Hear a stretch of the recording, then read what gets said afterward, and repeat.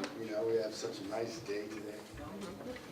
Well, the topic today is 1619, but I'm not limiting myself to 1619 itself. I'm hoping to give you a broader context for 1619, and I must say that this talk was, the influence for it came from the OGS conference this past October, a talk that was given by Rick Murphy to provide this larger context. And I said, oh, that's the perfect kind of way to approach this. So that's what I'm hoping to do today. And hopefully, I'll make more connections than misconnections. And so, here we go, 1619. And I want to start with three kind of concepts that I want to share with you as kind of parentheses for the talk. The first is a comment: we are not Africans because we were born in Africa, but because Africa is born in us.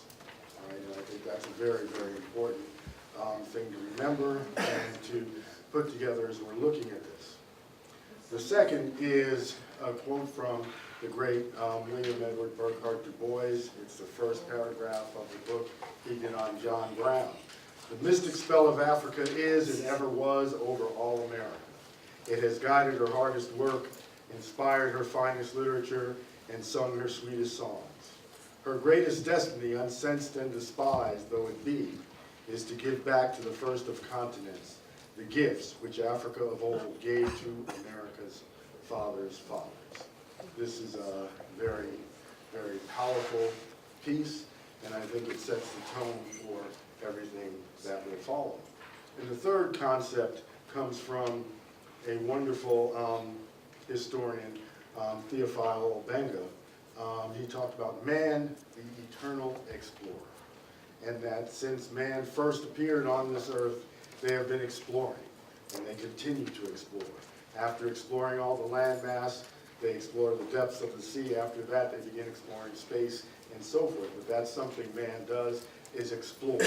And I want that to be also in the back of your mind as we start. Because where we're starting is not in Virginia. Where I want to start is in the Western Sudan with the Empire of Mali, which existed in the early 13th century to the 15th century. Now, we know a lot about the Malian Empire, but I'm going to talk about one thing in particular, which is the result of research done most diligently by historian Ivan van Sertima. And one of the things he talked about was how in the 13th century, Prince Abubakari, or King Abubakari II, sent 2 voyages of exploration into the Atlantic. And it is quite probable that they landed in the Americas and had settlements there. He went on the second voyage. Now, these voyages were 1307 and 1312, and so this head is from 14th century Mexico. So we see that there were this presence there. It's often not talked about, but there was a presence of Africans in the Americas even before the voyages of Columbus and those who followed him. This is also 2 heads from pre-Columbian Mexico. And you can see these are very, very African, from the gele the woman is wearing to the scarification marks to the woman on the right and so forth. So this is something that is very, very much a part of the history.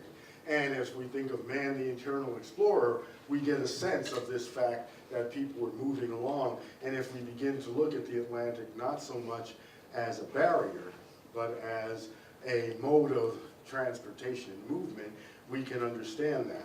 Now, if we look at ocean currents and we go to the area off the coast of West Africa where the Gulf Stream runs, those currents run right into the Caribbean or northern South America. And it's been demonstrated that if you were in a boat off the coast and got caught in that current, as long as you stay afloat, you'd end up across the ocean, even if you didn't know navigation or anything. And in the history of Abu Bakari, it says that the first fleet went out and finally one ship came back. And the captain said, I was the last one. And each ship got caught in a river in the sea. And after the one before me, I turned back. And they waited and they heard nothing. And then he outfitted a second fleet and they left. That river in the sea, no doubt, were these currents, right? So it's, and there's also talk that Columbus learned about those currents as well, right? But I'm not going to go into that right now. So the ocean is a very interesting place, and the possibility of people moving back and forth across it, or even one way across it, is very real. And we begin to find this presence of Africans in a lot of places. Now, I may be a little out of sync with some of this, but that's okay. Now, this is really an interesting painting from 1599, right? It's Don Francisco Roba with his sons Don Pedro and Don Domingo. And these folks are very, very much emissaries that made their way into the Americas. As you can see, each man is holding a spear and tabbed out with their clothes. And you can see that the gold jewelry and the title as Dons means that they had very high standing. Hi, I'm your assistant. As it's said about this, regional blackness as a force of self-liberation in Ecuador begins in Esmeraldas, and its origin occurs during a violent tropical storm and a movement of African rebellion.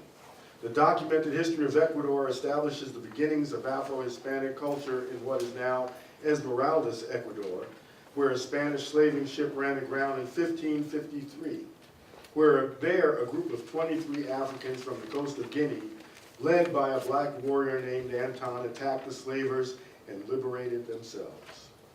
Not long after this, this group, together with other blacks entering the region, led by a Ladino, an Hispanicized black person named Alonso de Illescas, came to dominate the region from northern Manabí north to what is now Barbacoa, Colombia. At this time, late 16th century, intermixture with indigenous people, to whom black people fled to establish their palenques, or self-liberated villages, was such that their features were described as Zambo, black indigenous admixture, synonyms of which were negro and mulatto.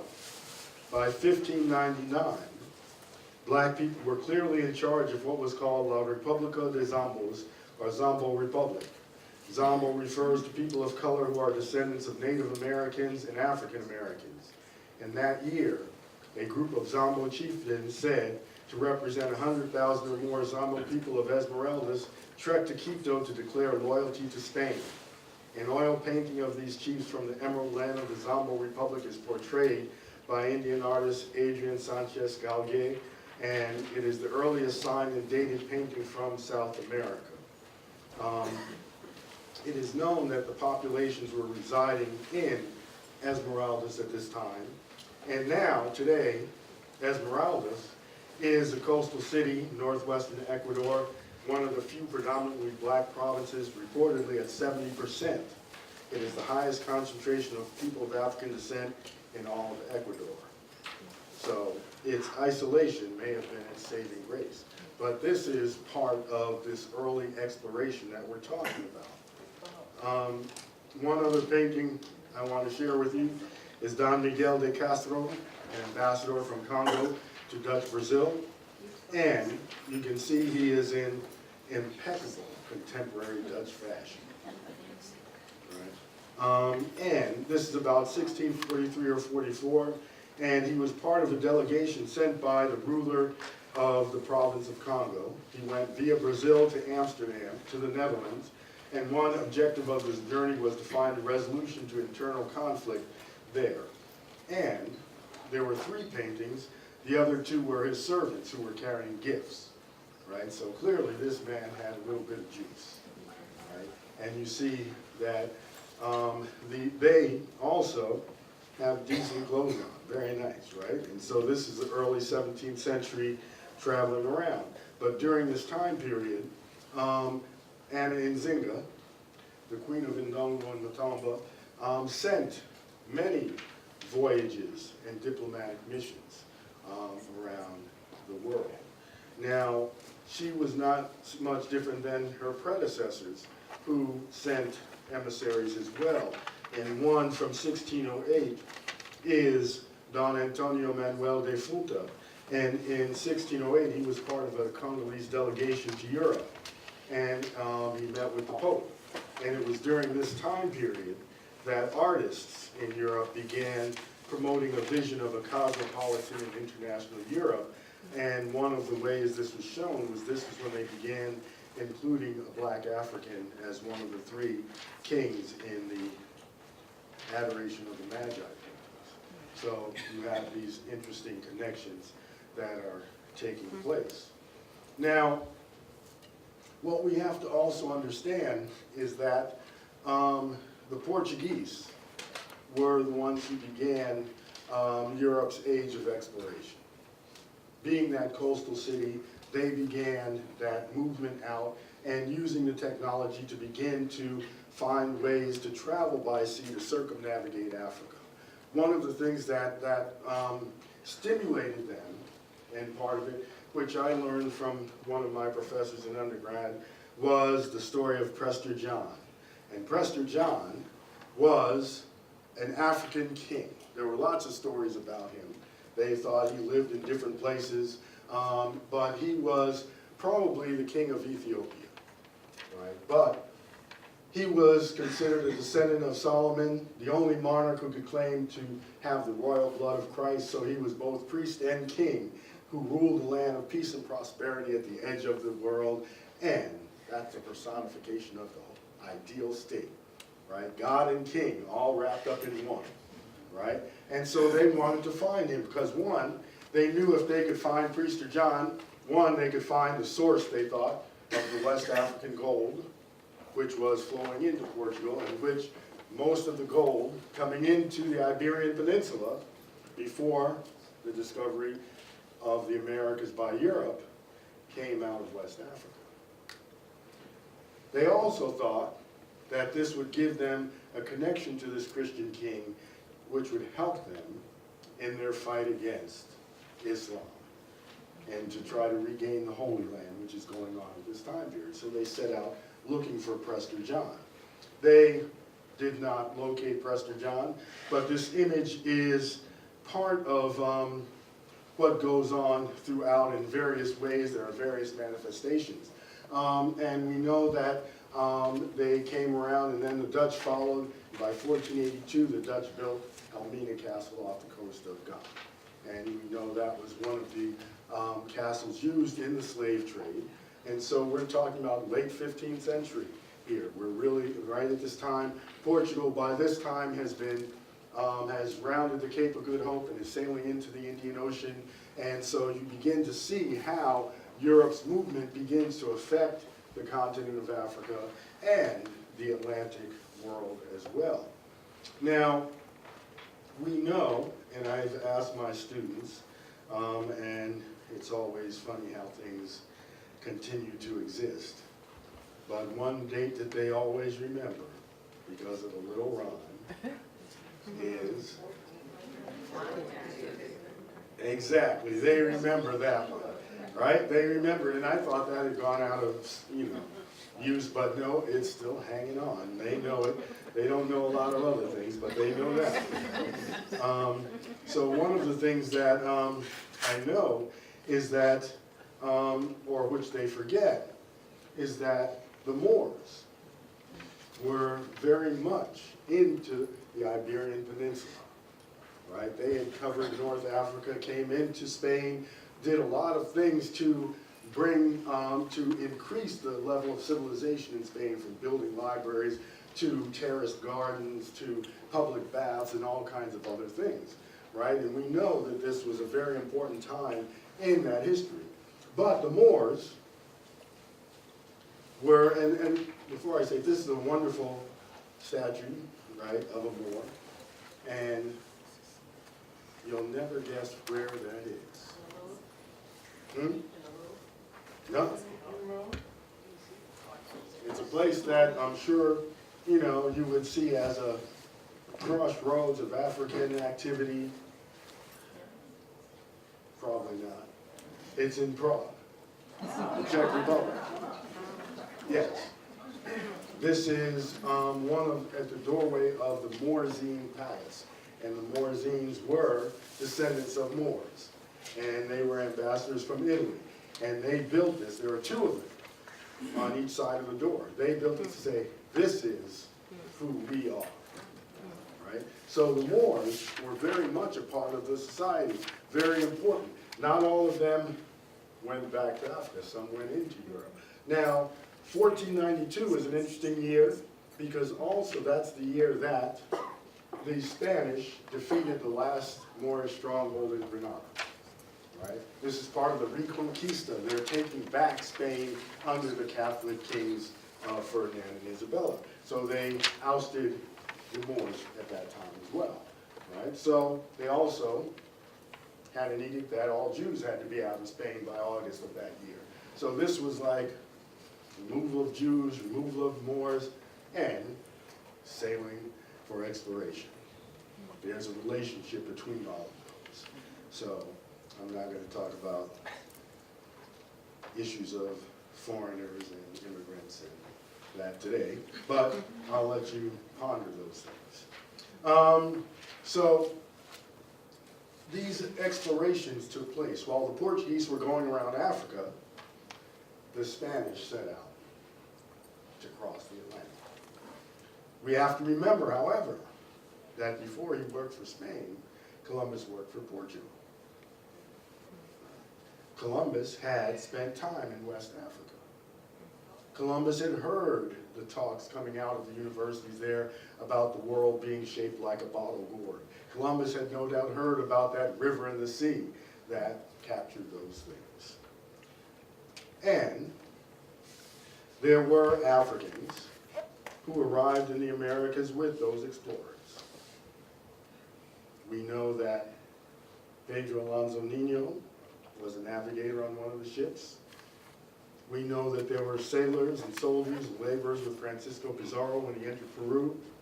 We know that there was an African in Mexico who is credited with starting the cultivation of wheat.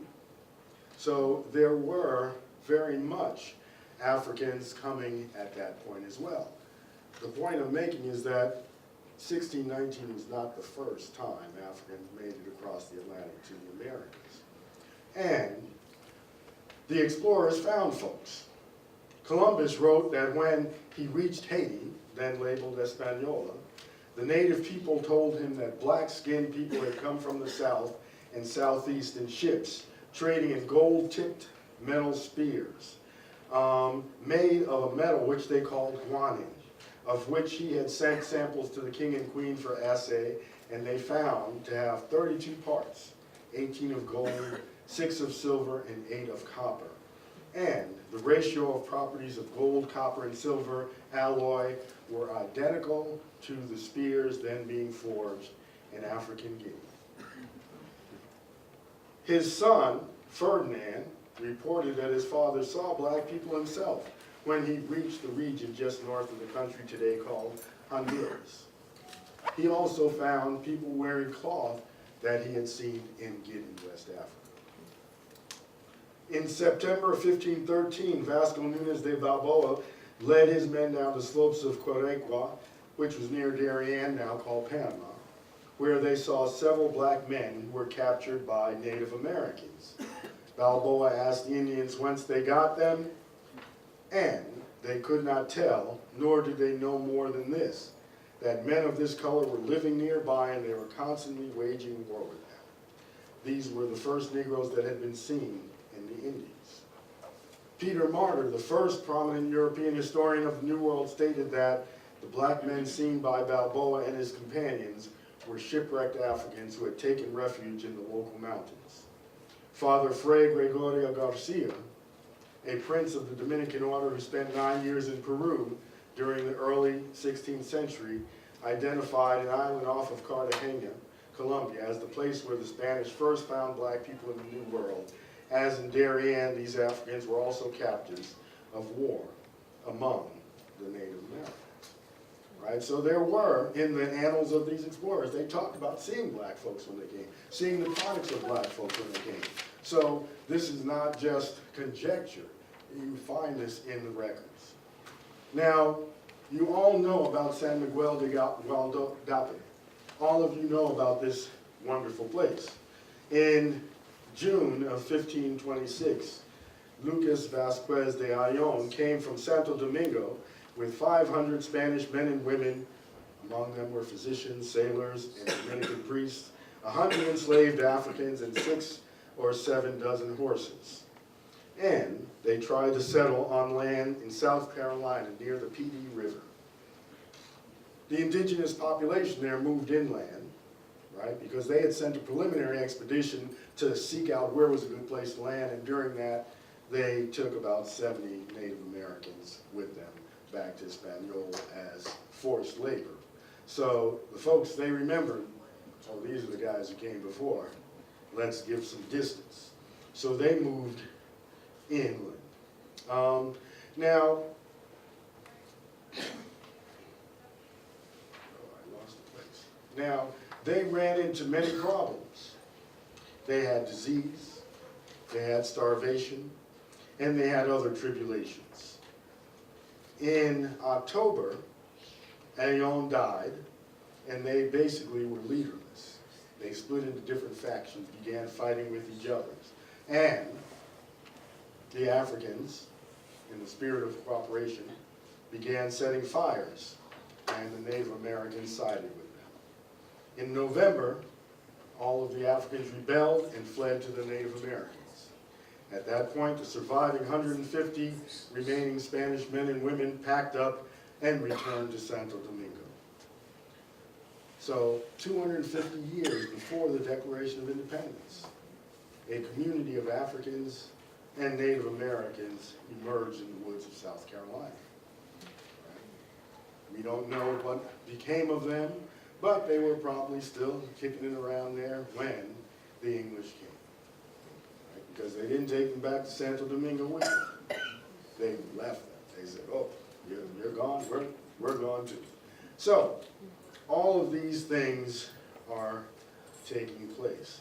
As Katz says in Black Indians, they became the first colony on this continent to practice the belief that all people, newcomer and native, are created equal and are entitled to life, liberty, and the pursuit of happiness. Theirs is a story worth remembering and worth telling our children. So this is history we often don't hear about, but it's a very important part of the story that leads to Jamestown.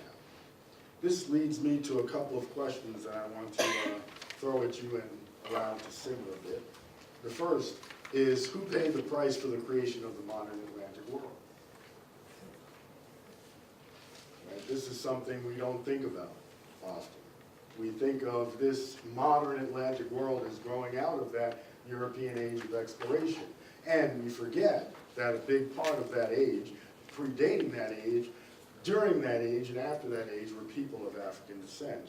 And the second is, what intellectual feats had to be performed to erase people of African descent from a society so full of their presence. If we keep in mind that between 1492 and 1776, there were about 6.5 million people who came to the Americas. About 1 million of them were from Europe. The rest were from Africa. I'll let you do the math. Think about that and we'll move on. Now, that will bring me to talk about Virginia. We know 1607 is when Jamestown started after getting the grant, and they settled there in 1607. Now, in 1907, they had a 300th centennial of the founding of Jamestown. And I don't know if you can see this building here, but that was the Negro building in the exhibit.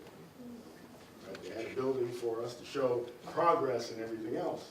And those who visited, the president said that of all the exhibits there, the Negro building was the best. It was the best organized, told the story best, etc. So it was there. Now, one of the other things, and I think Charlie Clark will appreciate this, I found this ad also in the Colored American magazine to Jamestown Exposition visitors. The Hotel Toussaint Dumas, very powerful name. Church in Calvert Streets, Norfolk, Virginia. Elegantly furnished and decorated, newly built with all modern improvements, accessible by streetcar from every railroad and steamboat line entering the city. Only 20 minutes ride to Exposition grounds. Prompt and courteous attention assured. All rooms light and airy, giving ideal home comforts. Accommodations for first-class Afro-Americans only. Strangers visiting the Exposition will find this the best house in the South. Dr. N.A. McCurdy, proprietor. No liquors and no gambling allowed on premises. So here was, so that black people could go to the Exposition. This hotel was specifically for black residents, black folks to live. Right? First green book? Huh? First green book building? Yeah, basically. And Charlie has a copy of the Green Book, so, that's why I said he'd be interested in this. So, this is something, I found that I was like, wow, okay. Here they are celebrating Jamestown in a very proper way. So this is part of that early history, right? We didn't hear as much about the 400th founding of Jamestown in 2007, but it was a big thing in 1907. But we know that this is also in 1619 where the first Africans arrived in Virginia. And this is the plaque that has been put up at Point Comfort. And as we can see, it says, the first documented Africans in Virginia arrived in 1619 when a Dutch warship landed here at Point Comfort. The 20 and odd Africans captured from the Spanish were traded to the Virginia colonists in exchange for foodstuffs. Early Africans who lived here included Anthony and Isabella and their son William, likely the first black child in present-day Hampton. They served Point Comfort Commander William Tucker, but whether the early Africans were treated as indentured servants or slaves is uncertain. The institution of slavery evolved during the 17th century as the term of service for Africans was extended for life. The U.S. abolished slavery in 1863. Right, so this says it all, captures a lot of the issues, especially the question of the status of those first Africans, right? And we see here is Old Point Comfort, just inside the James River and just down from Jamestown. So this is the place where the first Africans arrived. However, if you look through the history, you don't really get this question of what was their status, right? What you get is this image of Jamestown with Africans enslaved, looking very bad, looking very helpless, looking like they have not added to the colony other than their labor.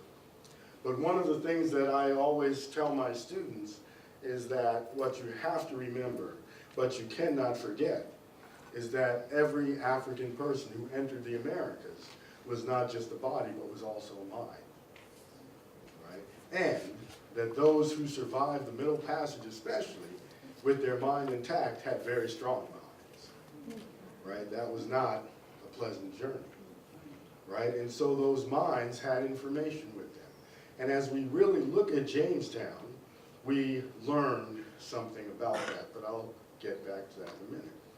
Now, we know from the research that has been done, and this research has been done for quite some time. Lerone Bennett talks about it in his book, Before the Mayflower, the very apt title, that there were two ships, the White Lion and the Treasure. The White Lion was sailing under a Dutch letter of marque, and the treasurer under English, but its letters had expired. So basically they were a pirate ship because they were not sailing with the blessings of any government. And even though the White Lion had a Dutch letter, it was basically a pirate ship. A pirate ship with blessings, right? So that's what they were doing, was pirating. That was a very big thing at this time period. And one of the things they had hoped to do was capture some of the Spanish vessels heading back to Spain loaded with gold and silver, but they missed them. And they sailed in the Caribbean, and they came upon, in mid-July, the San Juan Bautista, or the Saljao Bautista, on its way to Mexico. They captured it. There was a sea battle.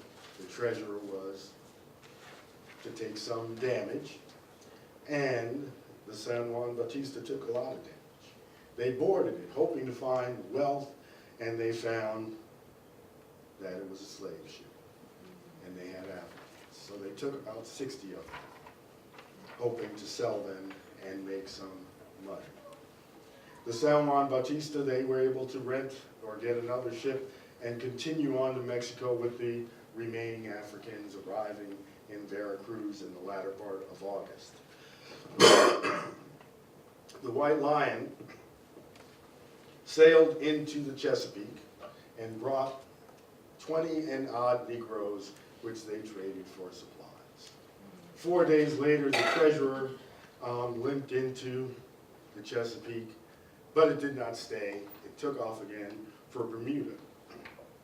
Now, I have been reading a little bit about this, and one of the things about it was that the news about what had happened had spread.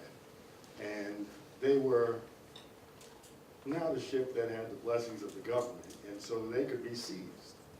And they found out that the governor was going to seize them, and they took off, headed to Bermuda. Ran into problems there as well, but that's a whole other story. But it returned the next year with a few more than half a dozen of those same Africans, which were sold to the Jamestown colonists, and then the ship sank. So there were a total of 32 Africans, 17 males and 15 females, who came into Jamestown from the San Juan Bautista. Now, not all of them came to Jamestown. Some of them were in Bermuda, sold in Bermuda. And some of those had a very interesting journey that would bring them back to Jamestown. And this is one of the ways to look at how the different status that folks had. Now, some of those early Africans, there's Anthony and Mary Johnson, Juan Pedro, and Bras. And I'm going to talk about them a little bit, just because, yeah, I have time. So Anthony Johnson, he was known as originally Antonio, and Mary was Maria. They were both taken to Bermuda in the treasure.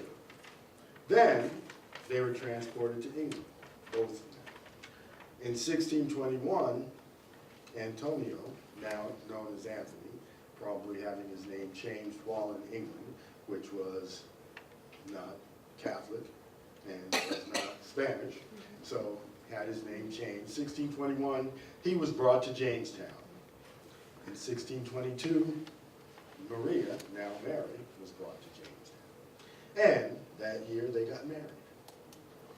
Between 1624 and 1634, they would have 4 children, 2 boys and 2 girls. By 1647, they had acquired 4 head of cattle. And it's believed at that point they left plantation slavery. They were working for a planter. They were able to acquire more cattle and began planting some tobacco. The 1650s is when they're first listed, are documented as free, and listed as Anthony and Mary. And they had taken the surname Johnson. 1650 is also when they acquired their first land, 250 acres. Now, that's 5 times what a white indenture would get for their service. The reason why is because they had brought in 5 indentures under the headright system. And you got 50 acres of land for each indenture that you paid to bring in. It's thought that they sold their cattle and tobacco for the money, brought in 5 indentures, got 250 acres of land. Right? In 1652, their eldest son, John, brought in 11 indentures and got 550 acres. And that same year, their youngest son, Richard, brought in 2 indentures and got 100 acres. So they had some land. They were doing their thing. Yes? When they first came in, what were they came in as slaves or indentured? They were called servants, and evidently they were able to work out their term of service or pay for their freedom or something. It's not clear how they obtained it, but by 1650 they were definitely free and working for themselves. In 1650s, they also, since they were living large, purchased an African man named John Kazar and an African woman named Mary Gershie. Right, so they had indentures, and they had 2 Africans who they enslaved. Now, this is an interesting thing, and as one author talks about, he says, well, you know, they came from Angola. There was African slavery there. They had been enslaved, right? So they weren't doing something that was completely out of character. Now, after Anthony's death, they did allow John to raise cattle, and they allowed him to purchase his freedom through the sale of that cattle. But after Anthony's death in 1670, the courts ruled that his land in Virginia should go to the crown rather than his family because he was, quote, a Negro and by consequence an alien. Now his son John moved into Maryland, which was developing, and acquired land there, and he named his plantation Angola. So, interestingly, you have these movements of folks, right? And they were in this time period when the status of African people was not set as slave for life, but I'll come back to that, because I wanted to tell you a little bit about John Pedro, who is a very interesting character in and of himself. And he knew Anthony and Mary, because he had been born in 1593 Angola, as they say. He was a baptized son of a Bantu Christian. Very strongly Catholic. He was taken onto the treasurer from the San Juan Bautista as well. He was taken to Bermuda, and in 1621 taken to England on the James with Antonio and Maria. In 1621, later that year, he ends up in, of all places, Massachusetts, in Plymouth.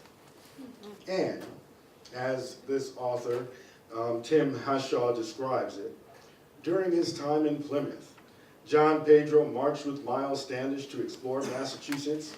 On board the Sparrow, he fished along the New England coast. He met the famous Tisquantum, known more famously as Squanto. He was there during Plymouth's own terrible starving time and shared hardships with the Pilgrims. He joined the Pilgrims in cutting trees for pickets to bring the tiny Plymouth settlement in defense against hostile attack. After disruptive Londoners returned to England, Pedro and the 2 Englishmen from Rich's ship Discovery lived in Plymouth for several months, but the New England colony was not to be his home. Given the Pilgrims' evangelistic urge, there is little reason to believe that the Catholic John Pedro in Plymouth, as at Lee's Priory, was not once more targeted for Protestant conversion. Once again, he refused. And In 1623, he ends up in Jamestown. In the 1625 census, he's listed as John Pedro, a nigger, age 30. By the early 1650s, he's clearing land for his own plantation. But then, he's in Maryland, right? Wonderful place to be. And he's Catholic. There's tension between the Catholics and the Puritans, and fighting breaks out. And he gets involved in a plot to overthrow the Puritan government, which is not successful. And they capture a lot of those Catholics. And most of them are pardoned, but he and two others are executed in Maryland. So he had this very interesting life, and clearly he was not enslaved, right? He went to England, he somehow got free, he was working. They brought him to work, he was one of the better workers they had there. Massachusetts, Jamestown, Maryland, very interesting life. Now, the last person I'll talk about is Bras. And it's an important thing to consider who Bras was. Now, he appears in the record in a few places, but he's not really always clear what's going on, right? And the testimonies of William Endry, William Barnes, and Andrew Rowe in July of 1625 give us some information. Bras was on a ship called the Black Bess. Well, actually, he wasn't on that ship. There was a ship, the Black Bess, that was basically looking for prizes in the Caribbean. They came upon this ship, and one of the things they did, as it says, they took certain rawhides and some tobacco off of that ship. And a French man and a nigger, which were willing to come with them, and a Portugal, it says, to be their pilot. All three give the same testimony virtually, right? And took a Negro and Frenchman who came away with them willingly, and a Portugal to be their pilot out of the West Indies, because they couldn't figure out how to get out of it. Taking out of her some rawhides, some tobacco, and a Negro, and a Frenchman who were desirous to go along with them, and a Portugal to be their pilot out of the islands. So one thing I know is Bras was not on a slave ship, right? This was a frigate, as it was described. He was there with a French person and a Portuguese person, which says to me that they had hired themselves to work on this ship as sailors. Might have been a ship looking for prizes or whatever, but they were on this ship. In each of the testimonies, he willingly or made the choice to go with them. Right? Now, the interesting thing about this is that they were under the command of Captain Jones, who had been second in command on the Black Bess. But the captain had decided to cut rations and to tell everyone, you have to fight with me no matter what the cause, whether you agree with it or not. And they were like, we're not down with this, we're hungry, we're not happy. So he allowed them to decide if they wanted to stay with him. A number of the men decided they didn't want to stay with him. And they chose the other Captain Jones as their captain and master, and they took a ship that they had captured, and their plan was to sail back to England. Now, Bras, I looked at this, the name is an English name. So it's possible that he had been in England before going onto this ship. In the early 17th century, there were a significant number of free people of African descent living in Elizabethan England and in other parts of Europe as well, as we saw. Now, he was on this ship. He went with them. They found some provisions, and then they had some problems with the ship. And the idea was that the Portuguese sailor was going to go with them. They were going to drop him off in Florida, right, so he could reconnect with some people he said he had been with, but the ship got sent out to sea. They didn't have enough provisions, or it wasn't shipworthy enough to go back to England, and they couldn't even get back to Florida, so they went up the coast and came to Jamestown, where they entered in 1625. Now, since they entered the Chesapeake on a captured prize, they did not have the documents that they owned that ship. It had been captured. They couldn't prove how they got it. There was a question as to the legality of the capture and thus the status of everyone who was on board. Captain Jones, it appears, sold Brass's services to a Captain Bass and then died shortly thereafter. Now, this is when you begin to get court cases. And these are right from the courts. It is ordered that Captain Bass shall deliver some clothes to the Portugal out of Captain Jones's his chest of clothes for his present use. It is to be satisfied out of the Negro's labor, right? So Brass was supposed to pay for this.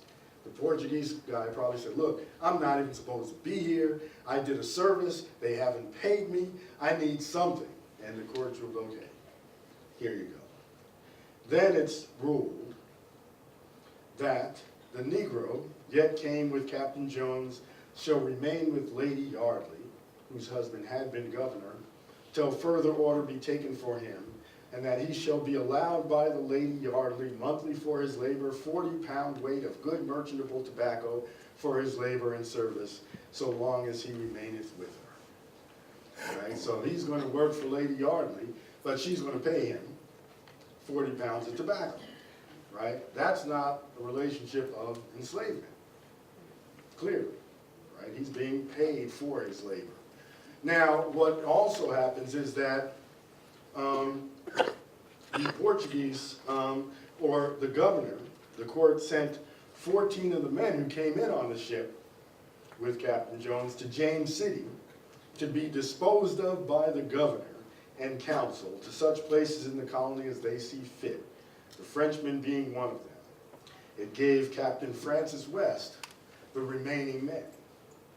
It also gave him all the rigging and material from the ship, as long as he is responsible for the 1,200-pound weight of tobacco, which the captain and crew had demanded from the ship. Right? So all the men on the ship who were not African were also sent to labor. Right? They entered the colony. Their status was questionable. They didn't have an indenture. They weren't free and legal sailors under the island, so they all had to work. Brass was one of them. He also worked, but he was paid. The others weren't getting the 40 pounds of tobacco. But in the next month, October, it was ordered that the Negro, and this is where we first get his name, by the name of Brass, shall belong to Sir Francis Wyatt, governor, as his servant, notwithstanding any sale by Captain Jones or Captain Bass or any other challenged by the ship's company, and that neither Captain Bass shall be liable to pay his bill to Captain Jones, nor Captain Jones to his covenant by making good the sale to Captain Bass.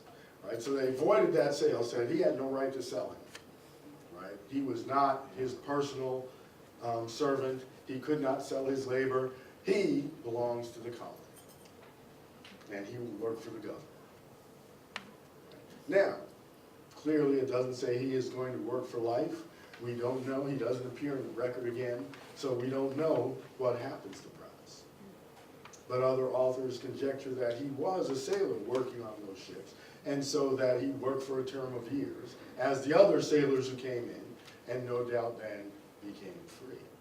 What we have to consider also is that during the time he entered, 1625, this is when the colony is still developing. It's developing its laws and everything else. And laws regarding slavery and regarding servitude are developing during this time period. Right? One of the first laws that ends up in 1639 says that all persons except Negroes are to be provided with arms and ammunition or be fined. So they're removed from having arms and ammunition. And then there's another law that says those brought to the colony without indenture serve 4 years if older than 25 years if between 12 and 20, and 7 years if under 12, right? So if you don't have an indenture that says this is how long you serve, they set terms for that. Now, the 1659 law is one that's very interesting because it says the Dutch were very, very heavily invested in the slave trade by the mid-17th century. It says the Dutch and all strangers of Christian nations are allowed free trade if they give bond and pay import of 10 shillings per hogshead of tobacco. Right? 10 shillings. It says, always provided that if the Dutch or other foreigners shall import any Negro slaves, they, the said Dutch or other foreigners, shall for the tobacco really produced by the said Negroes pay only the impost of 2 shillings per hogshead, the like being paid by our own nation. So if you bring in enslaved Africans, you get an 8-shilling discount. Not like business practices of today, giving benefits for what you bring. Anyway, I'm not going down that road. Right? 1660 law says that Africans are now slaves for life. Right? And it talks about a couple, and 1640 also said that they ran away together and said, now the white person will have his time extended by this amount, and since the black person's time can't be extended anymore since he's for life, the white person gets his time as well. Talk about divide and conquer. Right? So workers, who are the majority now, we're not gonna do nothing together because I'll get your time. That's not happening. 1662 law is one that says a child will follow the status of the mother. Right? If the mother is a slave, the child will be a slave. One, this goes against English common law in which children follow the father status. This also was addressing the fact that many of those planters were also forcing themselves upon African women, and they were having children. Right? So if they followed English common law and they followed the status of the father, that creates some different society. So I said, nope, they follow the mother.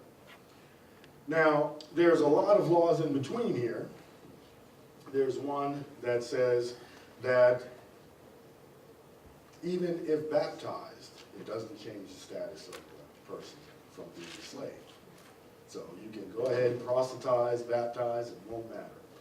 But 1705, I have 3 laws there, and the first one says, all Negro, mulatto, and Indian slaves within the Dominion shall be held to be real estate and not chattels, and shall descend unto heirs and widows according to the custom of land inheritance, and be held in fee simple. Nothing in this act shall be construed to give the owner of a slave not seized of other real estate the right to vote as a freehold. Right? So it doesn't substitute for property, but they're like property. So they can be inherited, they can be passed on.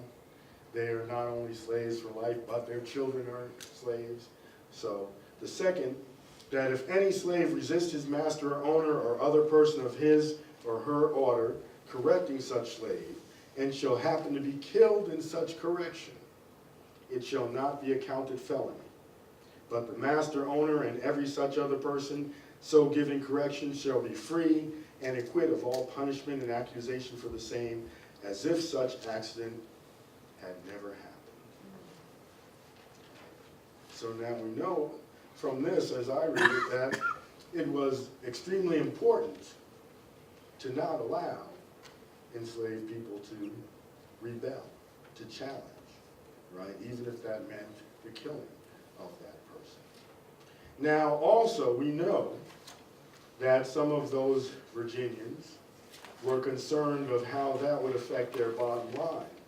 And the last law says, provided always, and it is further enacted, that for every slave killed in pursuance of this act or put to death by law, the master or owner of such slave shall be paid by the public. Right? So clearly, there is no loss to the bottom line either, because it was more important to have slaves in line than to allow ripples in the system.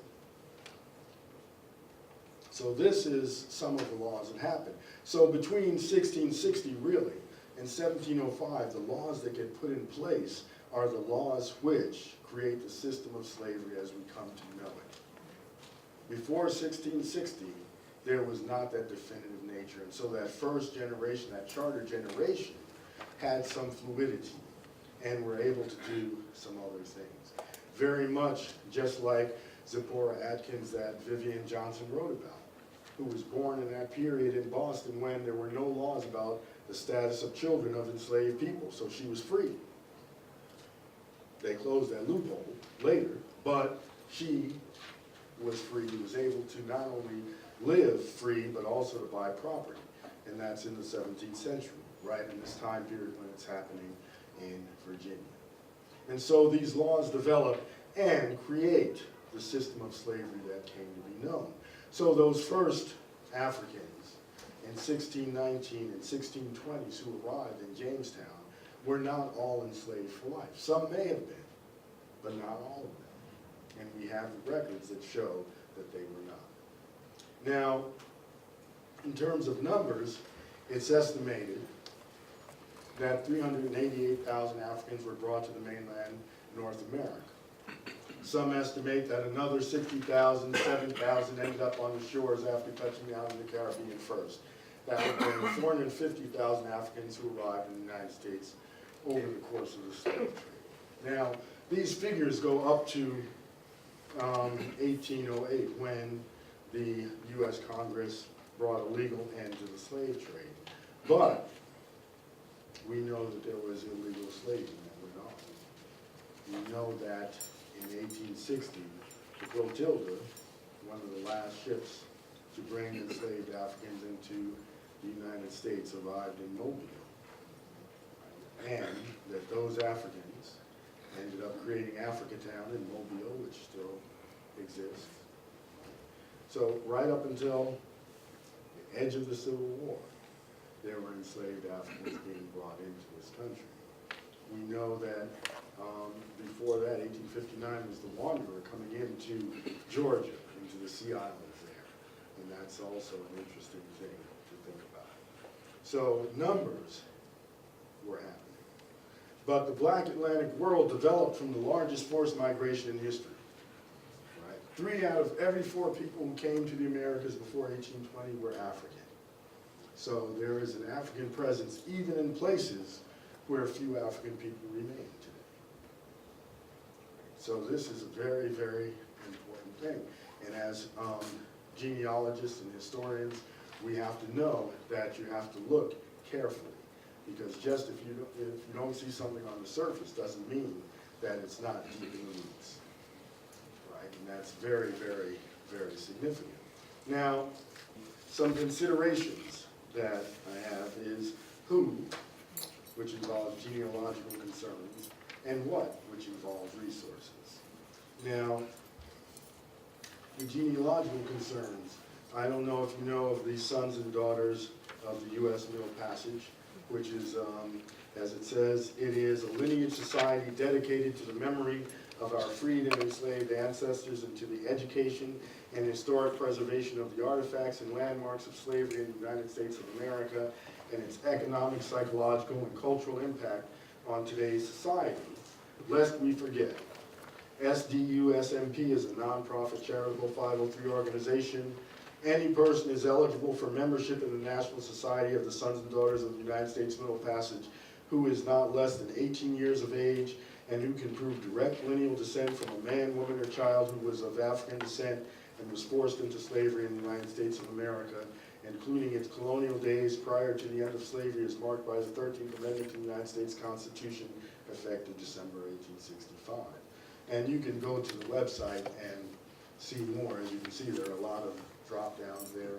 But this is one of the things. And they're looking at working with people to see what their genealogical heritage is, going back to connect them to those ancestors who came, and even willing to go back to Jamestown if that's where your ancestry takes you. And this is something that's very significant in terms of considering those genealogical connections. And one of the things I wonder is, you know, we know that those Africans who came into Jamestown were from Angola, right? And so we know there are connections. What kind of genealogical connections might there be to Africans still in Angola? And more interestingly, what genealogical connections might there be to African people in Bermuda? We know that some of them went to Bermuda. And what might be a connection to those in Mexico? Because we know that the ship continued on to Mexico. Yeah, while you're talking about Angola, I'm sure you're familiar with the work that archaeologists have done over the years on finding Angola and Florida and the digging that they've been doing there for years. Do you know the status of that? It's called Finding Angola in Florida. If you don't, I can. Is that near the fort? I'm sorry. Is that near Fort Mose? Well, Fort Mose, not that far, Not because that it's in that area In that area. of Sarasota, Fort Mose. No, I don't know Yeah, that I can work. give I'll you look for it. information Yeah, about finding Angola. thank you. And then the second question that I have is about the, I have a question, but I can ask it later after. Okay, think about it. Thank you. Let me Yes. know when it comes back. The Angola piece, that's just, a very. just jump right in. Finding Angola, you gotta get on that. Okay. Did you have a? So, yeah, so what connections are there to Mexico? We don't think about that, but there are more than 1 million Afro-Mexican people. In Veracruz, I studied in Mexico for a year. I've been to Veracruz. Yeah. And there are literally people that look, and they actually are proud of their African descent in a place called Veracruz. Yes, that's where that boat was going. I understand. Exactly. I know. So we're, you know, it's right there. Now, so that's important. And now you'll hear more about this later. OG's national website, and this is the section on 1619, and you can see there are lots of resources there, which you'll hear about later, from bibliographies to educational things, and it's still being built, but we'll hear more about that from Stella later. And we have the OG's New England site, which I know you all visit regularly, and you should. But if you look on the right, you'll see preliminary material for February 18th meeting, and there's this wonderful, wonderful timeline there that you can get and look at, and I think you've given it out. Did I email it to everybody? Yeah, so it's, some people have it. So it's there. Please use these. Please use the site. Now, one of the things, so those are some of the considerations of who and what resources. But now, one of the big things that OGS is hoping to do is challenge the narrative that those who came were enslaved, right? And that's a big, big issue. How effective it will be is something in question. Last week I was listening to NPR, and there was a discussion they were having with historians about the status of those first Africans in Jamestown. And the question that was posed by the host was exactly this: were the enslaved Africans in Jamestown slaves or indentures? I said, wait a minute, you've already answered your question without asking it, you know? And of course, they all arrived at, well, they were slaves. But even more so, last week, I saw Spike Lee. On Wednesday night, he was on Trevor Noah, and on Thursday morning, he was on Morning Joe. Right? So this is like a quick turnaround, and he had this 1619 hat and 1619 pullover, and as he said on Morning Joe, the reason I'm wearing this hat and pullover is that 400 years ago, the first slaves were brought to this country. Jamestown, Virginia, 1619 to 2019. I think a lot of people need to know this because this is part of American history, which is not all good. So Spike, who gets a lot of press, is repeating that narrative. I heard Al Sharpton repeat it on his Saturday news show. It's being repeated everywhere. And if you are interested, the hoodie sells for $43.50.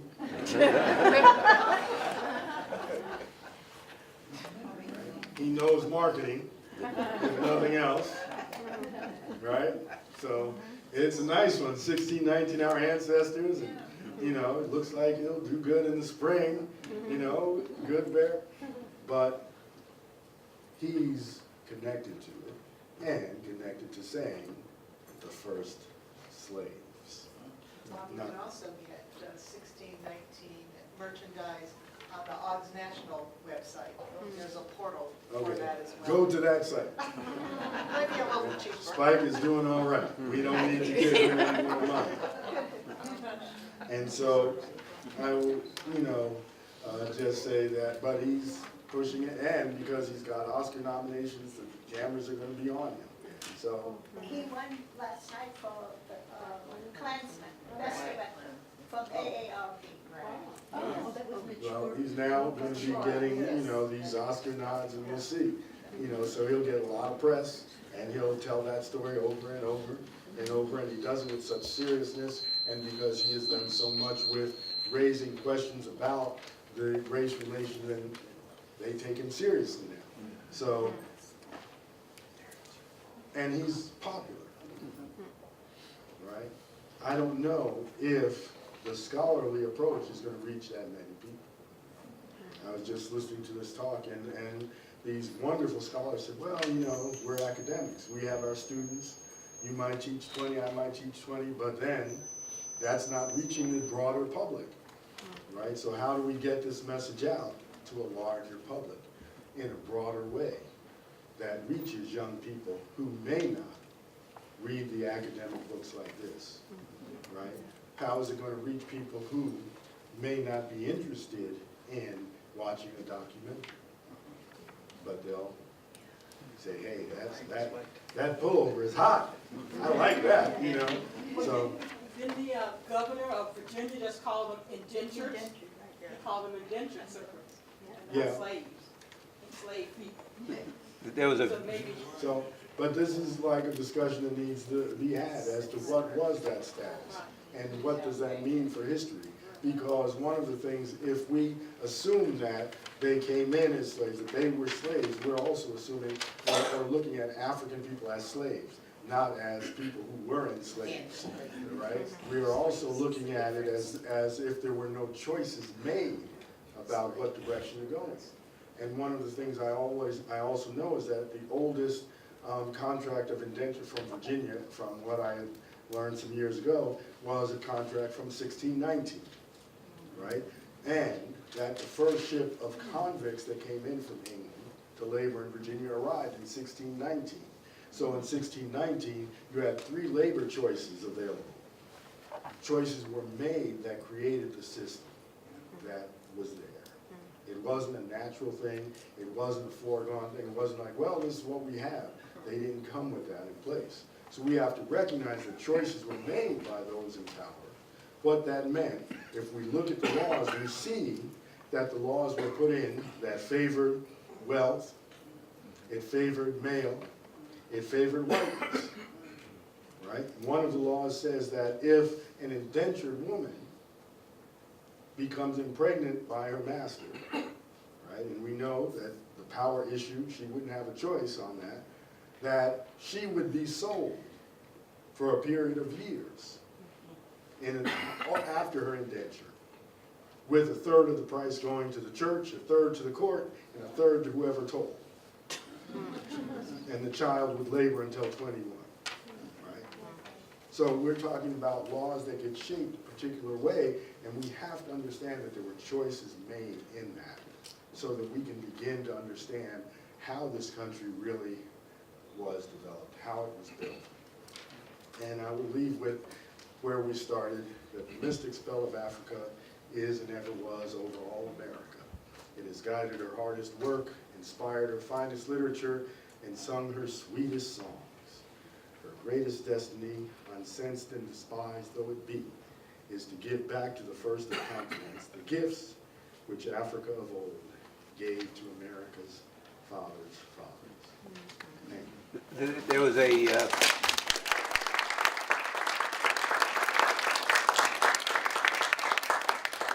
I got a video this week from Valerie Cunningham, and Yeah, I haven't had a chance to look at it. well, you need Thank it. It's only 2 hours long, so you can do it on your lunch hour.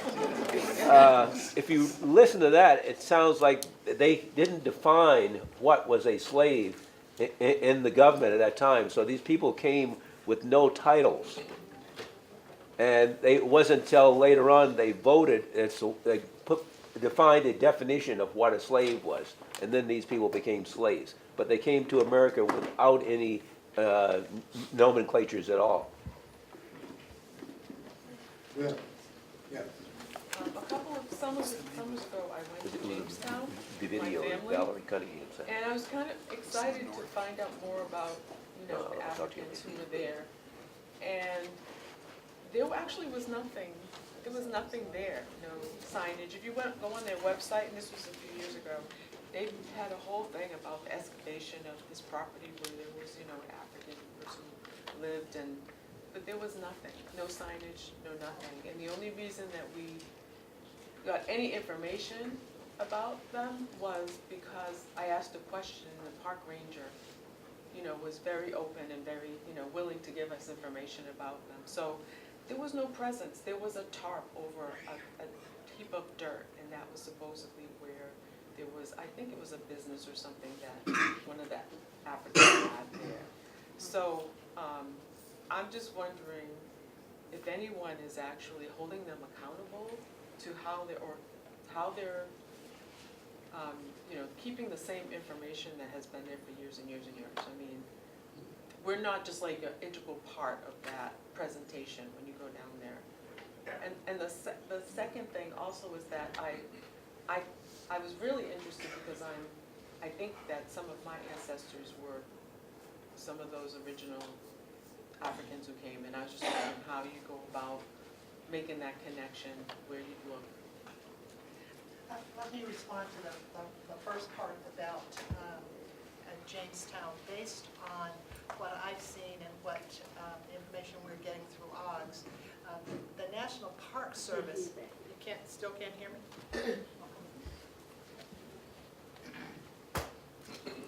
As a part of all of the commemoration activities that are going on this year in Virginia, I think it will be August 24th through the 26th or sometime around there. But the National Park Service has really done a lot, and they are, they're having a big program.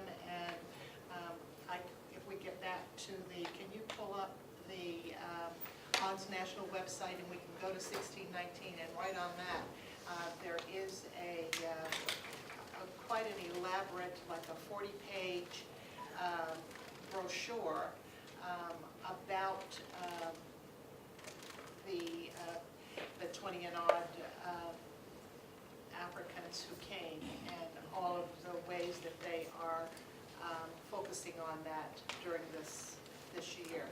And I think it's pretty good. I think that because this history has been omitted for so long, I think a lot of people are realizing that it's got to be corrected, and they're making a lot of efforts to do that. And there have even been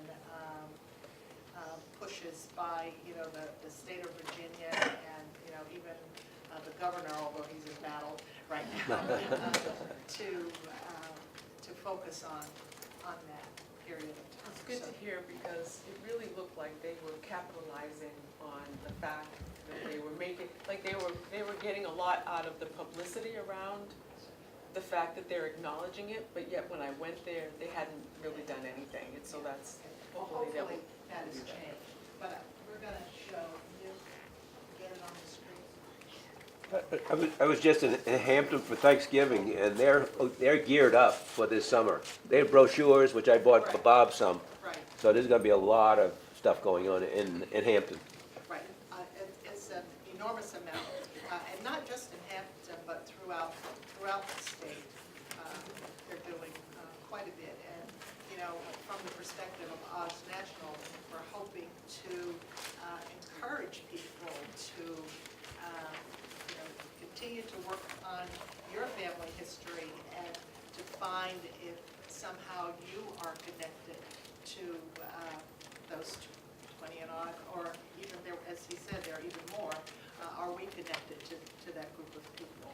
And I know that at the Oz National Conference back in October, there were a number of people who had been able to go back and identify their relatives.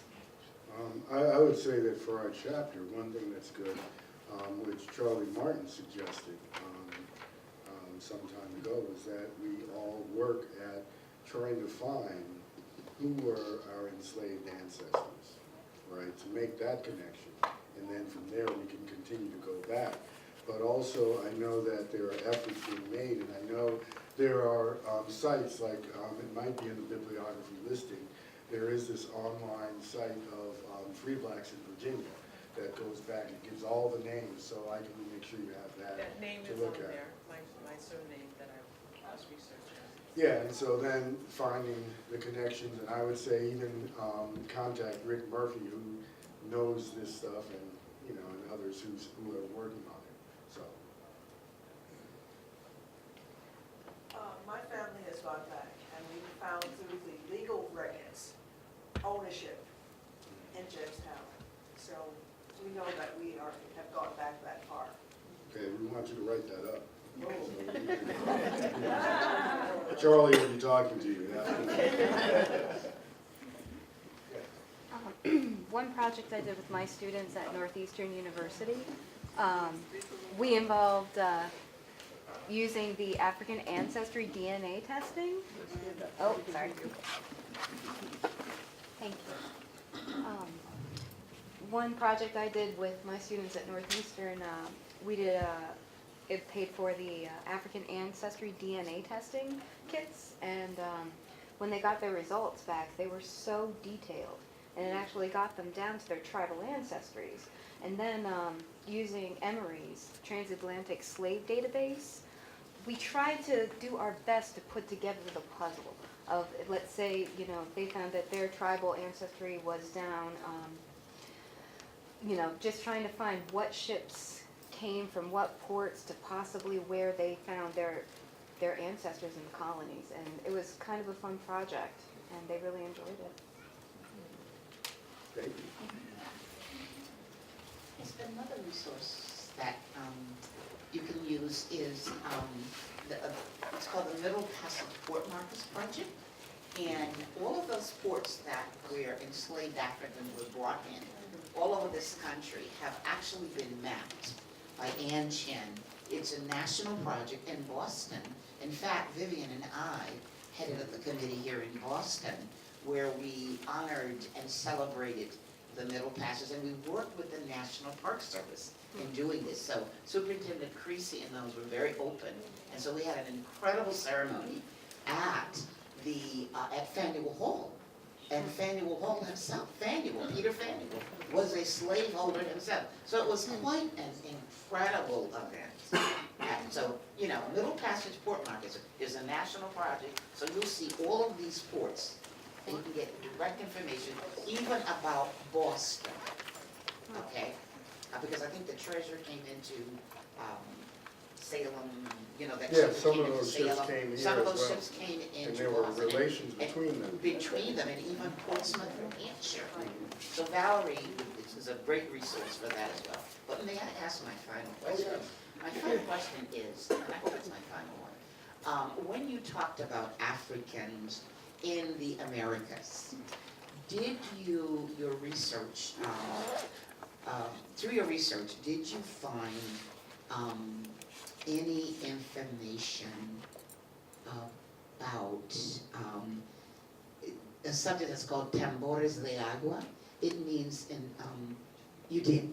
Yes, Yes, I Tambores de can Agua. say Because something about it. Venezuelans Yes. were actually Africans, they're Afro-Venezuelans that actually traced their history back to Africa, and they went back Yeah, and there's- met some of them, and they still practice this in the rivers. It's called Tambores de Agua, and it means water drums, and they still practice it today. They go to the river and they beat the water, and it sounds like drums, water drums. One of the things, there's this wonderful film called Tambores de Agua. That's correct. It came out, and it was a researcher, a young researcher, who began looking at the history of slavery in Venezuela. In Venezuela. And she went out to the region where a lot of blacks lived, and she found out that the older women had done this, Correct. right? But a lot of the youth didn't want to know about it. Because one, they didn't want to go down to the river to do their laundry. They wanted to go, use washing machines and other things. They didn't see that as something worthy. So she continued her research. She went, and she had filmed them, she went to the area of Central Africa where this came from. And she met the women there. She filmed them. She showed them the films from Venezuela. They were like, whoa, Yes. this is something. She took the films from Congo back and showed them, and all the young people were like, wow, this is significant. We got to get back to this. So it was completing the circle. But it's a powerful film, and there are a number of films that have done that. There was one that looked at another part of Venezuela and drumming, and went and showed this particular style of drumming in Africa. But there's another one from Brazil, where they went to Benin, and they showed the folks in Benin these films of the Candomblé religion. And this one old man, he started singing the songs, he started crying.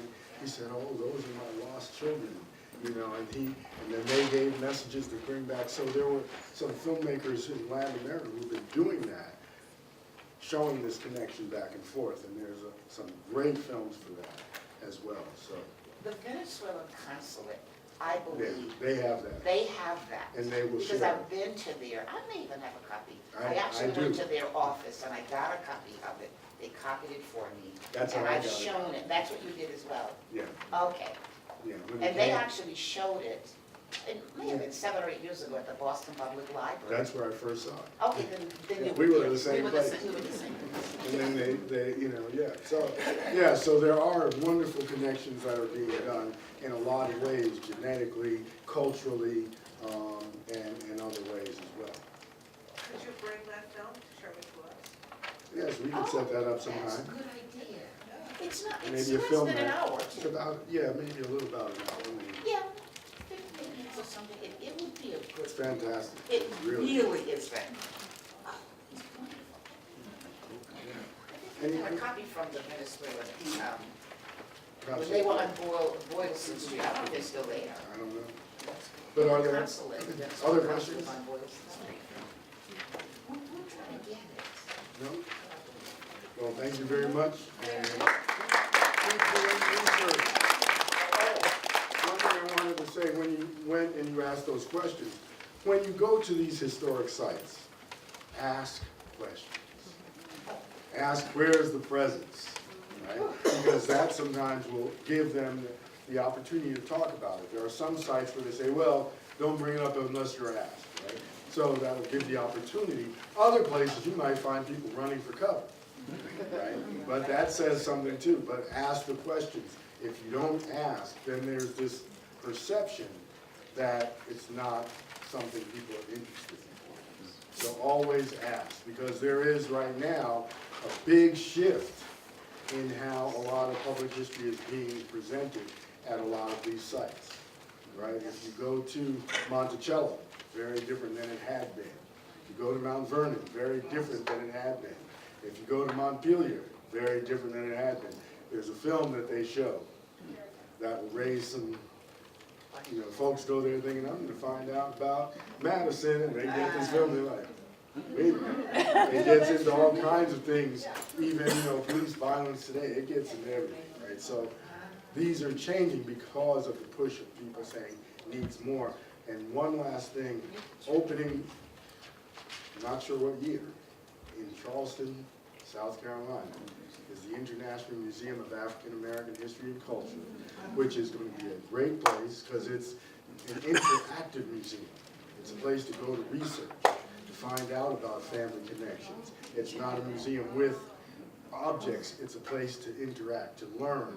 And what's really interesting is where it is. It's right on Gadsden's Wharf. They got room on Gadsden's Wharf, which is a wharf where large numbers of enslaved Africans were brought into Charleston. And that sits right there in Liberty Park, right? Because that's where the South Carolina Charleston Liberty Tree was. And one of the biggest haranguers of liberty was Christopher Gadsden, who owned Gadsden's Wharf, that brought in all the enslaved people. But he was the one saying, we need liberty, and so forth. So it's a very historic connection that goes on there. And when it opens, you should all make the journey to see it. And if you want to pay my ticket, I'll be a guide. Plan a trip, you're the trip party. Antebellum mansions are all over Charleston. And it's not that far from Georgia, northeast Georgia. Marty? Related to that, does this historic center, are they also into DNA testing? Yeah, they have stuff. I think they'll have stuff there for that as well. Okay.